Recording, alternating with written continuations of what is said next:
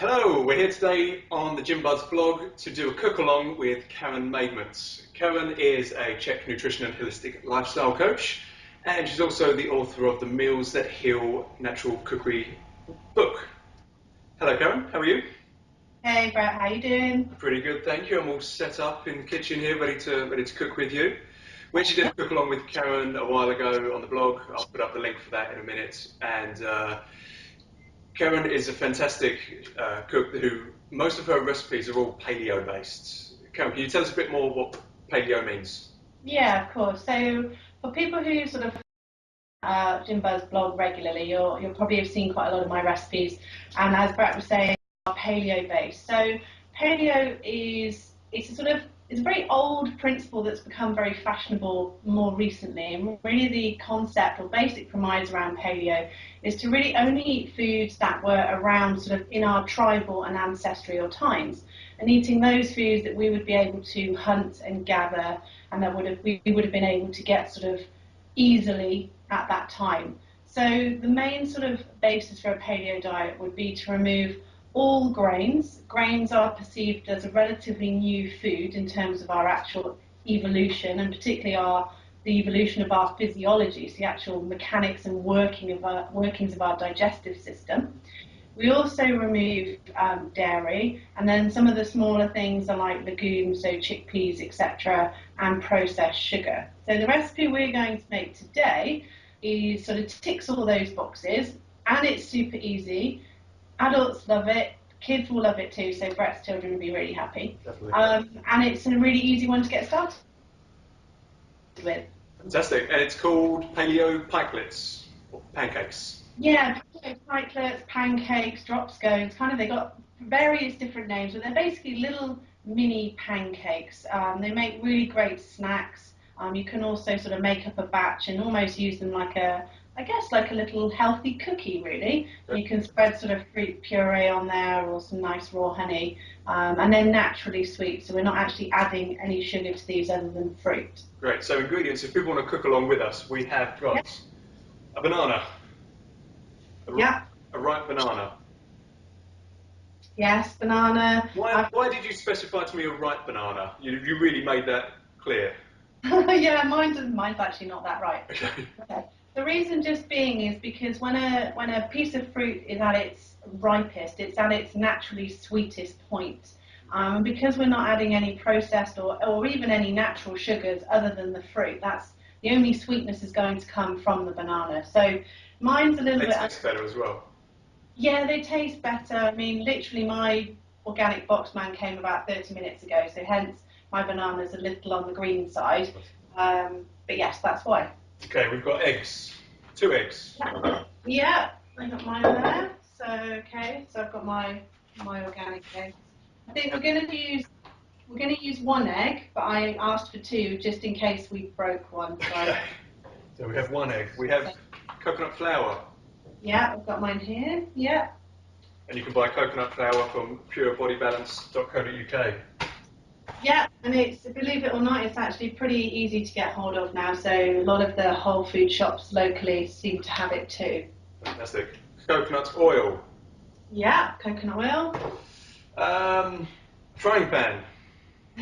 Yes, or I actually use an electric skillet. So I use a company called Salad Master. They're really good, healthy cookware. So mine's actually a skillet. So if people are thinking what's she cooking on, it is basically just an electric frying pan of sorts. Okay. So yes. We'll have to do another blog on that at some point.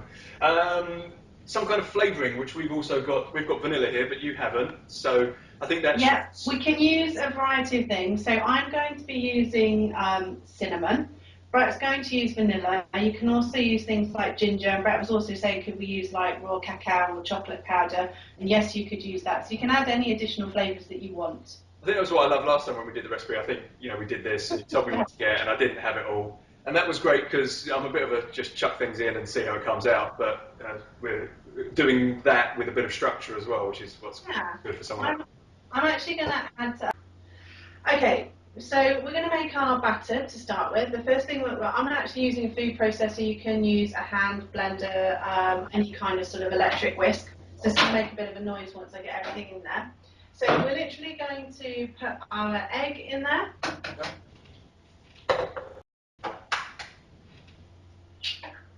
So that's one large organic egg. Yep, organic, good. Yep, I'm just going to put my lid back on. And then we're going to put the banana in. So just put that in a few little chunks. 1 second. Yep. Banana in as well. Yep. I'm just going to pop that in chunks. Okay.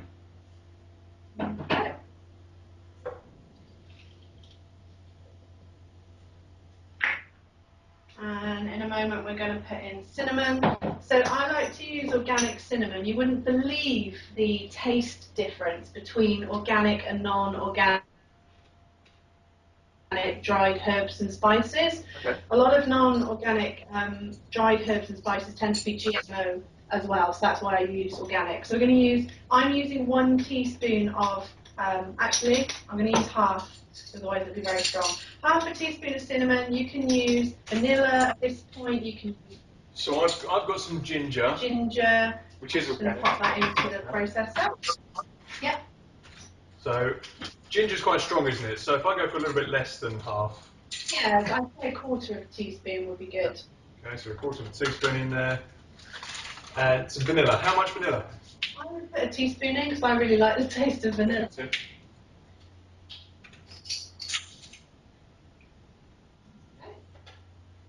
Okay. Next. Okay, so we're going to put our flour in. So you want 1 tablespoon, and you're going to use the scoop and sweep. So you scoop, and then you sweep across the top, making sure that it's flat. So with the back of a knife, scoop across the top so that you know that you've got a tablespoon. And I'm going to pop that into my processor. Yep. Normally with coconut flour when you're baking, you would sift it. You don't need to when you're using a food processor, it'll be fine. Yeah. Okay. I am going to use a little bit of mango just because I've got it left over. Okay. So if you wanted to at this point, you could add just a few organic berries. You could add some pineapple, or you can just leave it with the banana. So I'm just going to pop this in. And then you're going to basically blend your ingredients until you get a nice smooth batter. So we'll do this now.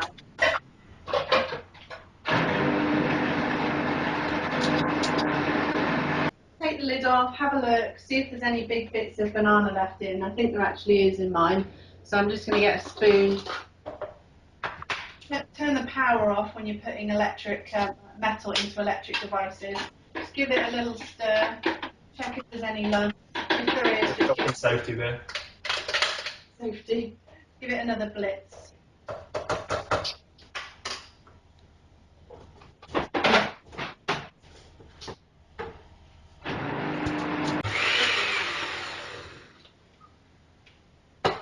Okay. Okay, it's as smooth as it's going to get. Okay, good. You actually want to leave that mixture to thicken. So coconut flour is very, very fibrous, so it tends to sort of fluff up and thicken up once you give it a little bit of time. To make our pikelets or paleo pancakes, we want the batter to be really quite thick so that when you put it into the pan, it sort of holds its own shape and you get these lovely small springy little sort of pancake type cakes. Yeah. You want to always add the flour bit by bit to all of the wet ingredients because quite often you don't need all of the flour that's in the recipe. And even if it's just one of my recipes from my Meals That Heal book, I would still, add half the flour and then 3/4 and then the last quarter only if you need it. Okay. Very helpful. Good, thank you. So, how long have we got to wait for this? Sorry, say that again? How long have we got to wait for this? Okay, so I would say normally about minutes. You're going to fry them in coconut oil. What you want to do when you're frying these, you don't want to drench them in oil. So you're literally going to pop the smallest amount of oil that you can into your pan to coat the bottom so that the pancake doesn't stick, but not so much that you're sort of shallow frying it. Otherwise you're going to get a very greasy, sort of soggy pancake. Okay. Should we do that now, or should we wait till this is set? Mine's not too bad. It probably could do with a little bit more, but I reckon you might be able to get away with it. How's yours? Definitely thicker than it was a couple of minutes ago. So we'll give it a couple more minutes. A couple more minutes. So okay. I think this is good. This is pretty well set. You happy? Okay. So I'm just going to get my mixture over towards my pan. Okay. So a small amount of coconut oil now. Yeah. So I'm just getting rid of my lid from my pan. Yeah, we want a tiny bit of coconut oil. The reason I like to use coconut oil for things like frying is it's very stable at high temperatures. So it's a really good oil to fry and roast with. Things like olive oil and sunflower oil are actually not stable at high temperatures. It changes the fats into a rancid fat, basically. Okay. So when people worry about fried foods, when people worry about fried foods, it's not the frying, it's the oil that they're using. Absolutely, yeah, absolutely. So what you can use is you can use your tablespoon again, so that you get sort of the same sizes. And what we're going to do is we're going to pop our mixture into the pan, do 2 or 3 in quick succession. Okay. Pop one in. Okay. Okay. Mine doesn't look as good as yours. Well, I've had a bit more practice. Yeah. So I'm just going to move my pan around just to get the oil moving around the outside of each one of those little pancakes. You'll know when your pancake is ready to turn, because as you, if I can just get my cameraman to have a look down into the pan again, they should come up really easily off the base. So I can tell mine aren't quite ready because they're not quite lifting away. So all of the cooking, when you're making pancakes, all of the cooking is done pretty much on the first side. When you turn the pancake over, you should only literally need to cook it for 30 seconds to 1 minute. You're literally just browning it off. Okay, all the cooking takes place on the first side. So I'm just going to try mine again. Okay, I think I'm ready to turn one. I'm nowhere near, I was a bit slower than yours. I've kind of got like, mine's all like merged into one big pancake. It's well, to be fair, my pan is very big. So your kids are going to be fighting over which one of them. Pancake they can eat between them. Right, I've got one. One's looking really good. So luckily, there's only 2 people in our house, so there's no getting over the pancakes here. Right. So bear in mind as well, I don't use non-stick pans, so I use stainless steel pans or like the surgical steel, like these Salad Masters. So with those types of pans, you really need to wait until it's thoroughly cooked before you try and turn it, or otherwise it will stick and it'll be an absolute nuisance to get it off. So, okay, I'm just going to turn another one over. It's a bit better, it's a bit browner. Okay. There we go. Looking good.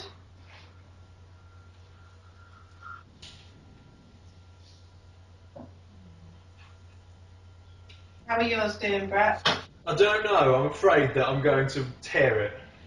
Okay. So what you want to do, she says, making a mess of the last one. It's the last one, isn't it? If you can teach me how to cook, you.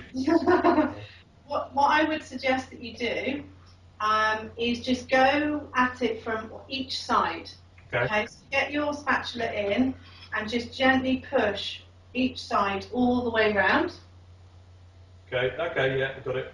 Have you got a metal spatula or only that one? I have, but I think it's too big for this issue. Okay, no worries. I'm getting there. I'll try. There we go. So I'm going to plate mine up in a second. Not to show off or anything, Brett. Nope. Yeah, thanks. I'm going to do that now. Mine look lovely and tasty, but they're great. Okay. I'm going to try this again. Now that one's better. What did I do differently on that one? Let's get a plate. I need through my hole. A bit of trouble.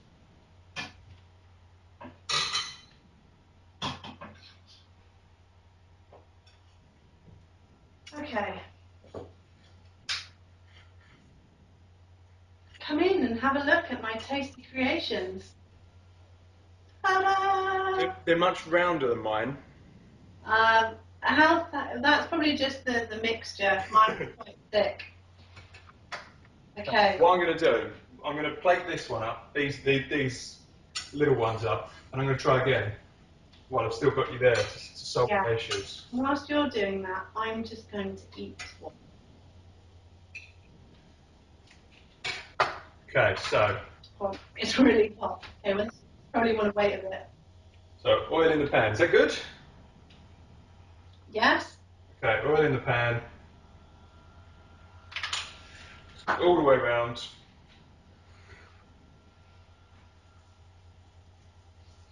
I'm going to try and get one perfect pikelet.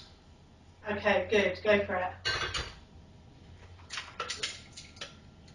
You said thicker was a bit better. Well, it just holds together and... Okay, this already looks better. Good.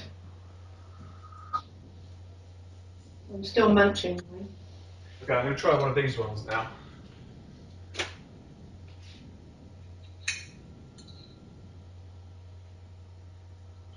It is delicious, but as you can see, mine aren't circular. Well, that doesn't matter. And if you were making them with your kids, then they wouldn't be circular. So it's all about the taste. It all looks the same when it goes in. Yeah, Right. that's very true. So yeah, this one's circular for sure. I really love these little plaques. Sorry, I'm being distracted because Adrian, my cameraman and husband, is eating them all, so there's now only 2 left on my plate. I'm just going to get out my favourite ingredients to put on these. Show the people. So these are some of my favourite things that I like to add to top my pikelets. So this is a really nice organic coconut oil that we use. This is a really nice virgin coconut oil that we sell, which is lovely. And then I really like raw honey. Lovely. Okay, I'm going to interrupt you because there, Karen, because this is good. Okay, awesome. We have a circular one. Yay!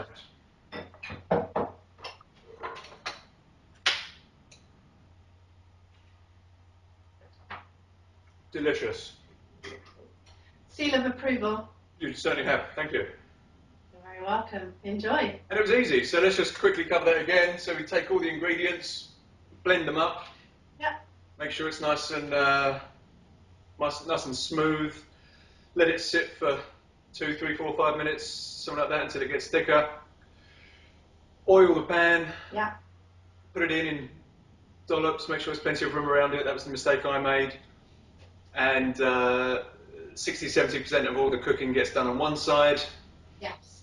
Gradually ease it round so the coconut flour doesn't break. Flip it over, do a little bit more on the other side, a bit of browning, and you're good to go. Very good. You're a very good student. Thank you very much. I think. Thank you, Karen. So you've got a couple of workshops coming up soon, haven't you? Yes. Yeah. So in June and August. So a bit more about those. yeah, we've got 2 cookery workshops coming up in June. So these are paleo based. They're also absolutely perfect for people with food sensitivity. So particularly people with things like gluten intolerance, dairy intolerance, even sort of nut allergies. So it's very much geared towards people with kind of digestive issues, food sensitivities, those sorts of things.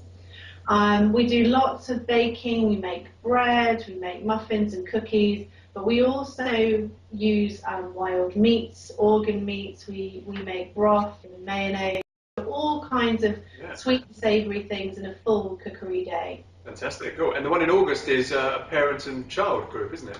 Yes, it's our very, very first child friendly. So it's called Mini Meals That Heal. And the idea is to get sort of children from 5 years to 11 years in the kitchen with their parent supervision, cooking fun-based foods that are all also healthy, low in sugar, and contain lots of sort of healthy nutrients and vitamins. So it's going to be I'm really looking forward to it. Yeah, It's going to be get a fun children day. started off on the right foot. Yeah, absolutely. We'll Fantastic. have a few little kiddie competitions in there as well to make it fun.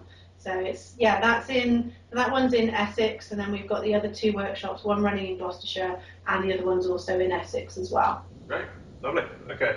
Where can people find more about your workshops? Yeah, okay, so the workshops and literally pretty much all the ingredients that we've used you can get through our shop, which is purebodybalanceshop.co.uk. You can get more information on the cookery workshops there as well, and you can book on. And you can also buy a copy of the Meals That Heal cookbook should you want to. So literally, it's like a one-stop shop. It's all in one place. Purebodybalanceshop.co.uk. Yeah. Fantastic. Well, thank you for your time, Karen. You're welcome. Enjoy your pikelets. I will. I've got more mixture, so I'm going to try and perfect it for a few more for the family when they get home. Awesome. Have fun. Thank you very much. Take care.